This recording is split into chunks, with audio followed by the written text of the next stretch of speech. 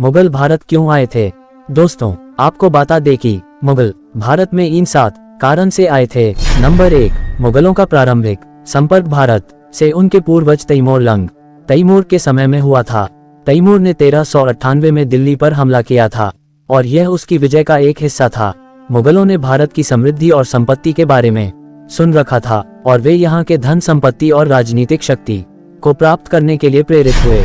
Number 2, Mughal साम्राज्य की नींव बाबर ने रखी, जो चंगेज खान और तैमूर का वंशज था। बाबर ने मध्य एशिया में फरगना घाटी के शासक के रूप में अपना प्रारंभिक जीवन बिताया था। अपनी छोटी उम्र में ही उसे फरगना छोड़ना पड़ा और उसने कई बार अपने राज्य को पुनः प्राप्त करने की कोशिश की, लेकिन विफल रहा। इसलिए उसने भारत पर ध्यान केंद्रित किया, जो उसे अपने पूर्वजों की भूमि से अधिक समृद्ध और महत्वपूर्ण लगा। नंबर 3, पानीपत की पहली लड़ाई 1526। बाबर ने 1526 में इब्राहिम लोदी को हराकर पानीपत की पहली लड़ाई जीती और दिल्ली और आगरा पर कब्जा कर लिया।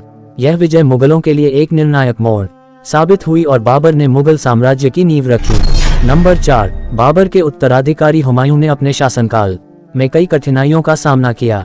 शेर शाह सूरी ने उसे हराया और उसे कुछ समय के लिए भारत छोड़कर जाना पड़ा, लेकिन हुमायूं ने अंततः अपनी स्थिति को मजबूत किया और पुनः दिल्ली पर कब्जा किया। नंबर 5, अकबर ने अपने पिता हुमायूं की मृत्यु के बाद सिंहासन ग्रहण किया और मुगल साम्राज्य का विस्तार किया। उसने विभिन्न राज्यों को जीता और अपनी शक्ति को मजबूती से स्थापित किया।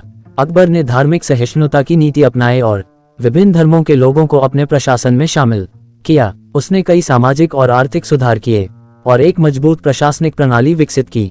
नंबर 6, जहांगीर और शाहजहां। अकबर के बाद उनके पुत्र जहांगीर ने शासन किया, जिसने अपने पिता की नीतियों को जारी रखा।